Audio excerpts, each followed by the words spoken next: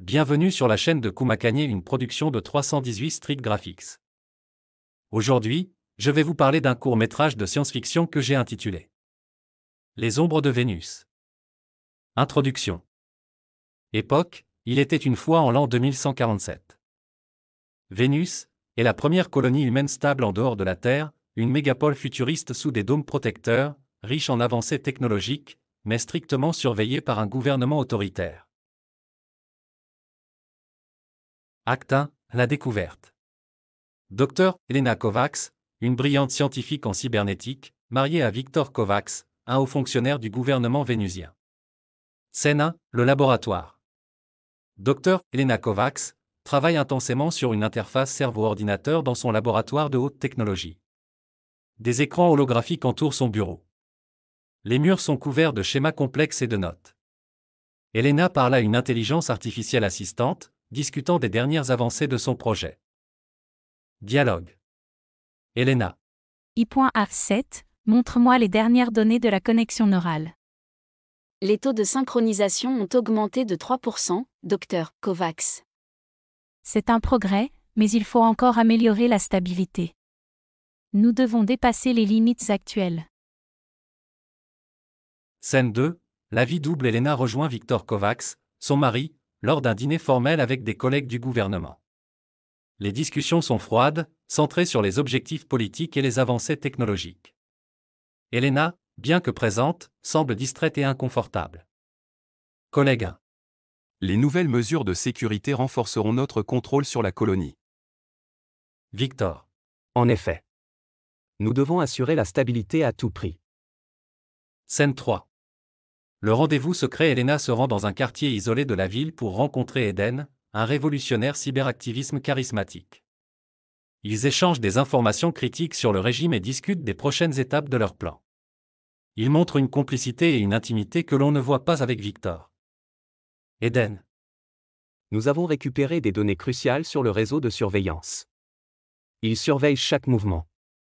Nous devons agir rapidement. Chaque jour compte.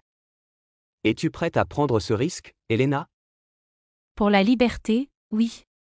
Scène 4. La découverte de l'implant. En rentrant chez elle, Elena ressent une douleur aiguë. Elle découvre un petit appareil sous sa peau et comprend qu'il s'agit d'un implant de surveillance. Elle réalise que ses interactions avec Aiden ont été surveillées. La peur et la paranoïa l'envahissent. Qu'est-ce que... C'est impossible. Ils nous ont écoutés. Acte 2, l'exposition, scène 1, la confrontation. Elena affronte Victor dans leur appartement luxueux mais froid. Elle lui montre l'implant exigeant des explications. Victor, imperturbable, admet qu'il savait tout depuis le début et révèle que les informations sont stockées dans un réseau sécurisé. Sa froideur contraste avec la panique d'Elena. Victor, qu'est-ce que c'est? Tu savais? Oui, je savais. Toutes tes rencontres sont enregistrées. Comment as-tu pu faire ça? Pour te protéger, Elena, et pour m'assurer de ta loyauté. Scène 2. Le chantage. Victor utilise les informations recueillies pour manipuler Elena. Il menace de divulguer les vidéos compromettantes à moins qu'elle ne l'aide à accéder à des technologies secrètes. Elena est déchirée entre la peur de l'exposition et la colère de la trahison. Aide-moi à accéder aux technologies secrètes, où je divulguerai tout. Tu es monstrueux. Non, je suis pragmatique. C'est pour le bien de notre avenir. Scène 3. Le réseau d'Aiden. Pendant ce temps, Aiden et ses alliés découvrent l'implant et la surveillance illégale. Ils décident de rendre publique la corruption du gouvernement. Ils planifient de pirater les systèmes de diffusion de la colonie pour exposer la vérité. Ils ont implanté ça dans son corps sans qu'elle le sache. C'est inacceptable. Nous devons rendre ça public. Les gens doivent savoir. Préparez le piratage. Nous allons diffuser la vérité. Scène 4. La contre-attaque. Victor, prévoyant les mouvements d'Aiden, met en place une contre-attaque numérique sophistiquée pour contrecarrer leur plan. La tension monte alors que les deux côtés se préparent à un affrontement technologique. Ils pensent pouvoir nous attaquer? Préparez la contre-offensive. Oui, monsieur. Les protocoles de défense sont activés. Nous les écraserons. Acte 3. La rébellion. Scène 1. La décision. Elena, réalisant qu'elle doit agir pour mettre fin à la tyrannie, décide de créer un virus capable de neutraliser le réseau de surveillance du gouvernement. Elle sait que cela nécessitera un accès physique au cœur du centre de données de Vénus, un endroit ultra sécurisé. C'est risqué, mais c'est notre seule chance. Ce virus doit fonctionner. Scène 2. La préparation. Avec l'aide d'Aiden et de ses alliés, Elena planifie l'infiltration du bâtiment.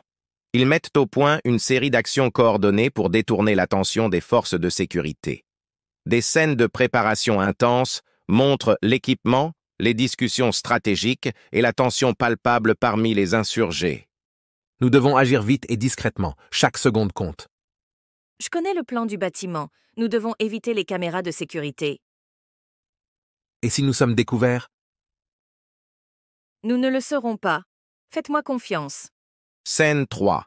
L'infiltration. Elena et son équipe s'introduisent dans le bâtiment sécurisé. L'ambiance est tendue, les couloirs sont sombres et les gardes omniprésents. Ils utilisent des gadgets sophistiqués pour éviter la détection et progressent lentement vers le centre de données. À gauche, la salle de serveur est au bout du couloir. C'est trop calme. Restons sur nos gardes. Je couvre l'arrière. Continuez. Scène 4. L'implantation du virus. Elena parvient à implanter le virus dans le système central. L'alarme se déclenche et les forces de sécurité interviennent. Une bataille intense s'ensuit et Elena est capturée avant de pouvoir s'échapper. Les insurgés se dispersent, chacun essayant de survivre et de poursuivre la lutte. C'est fait, le virus est en place. Aiden, vite, sortons d'ici. Courez! Garde. Ils sont là. Attrapez-les. Acte 4.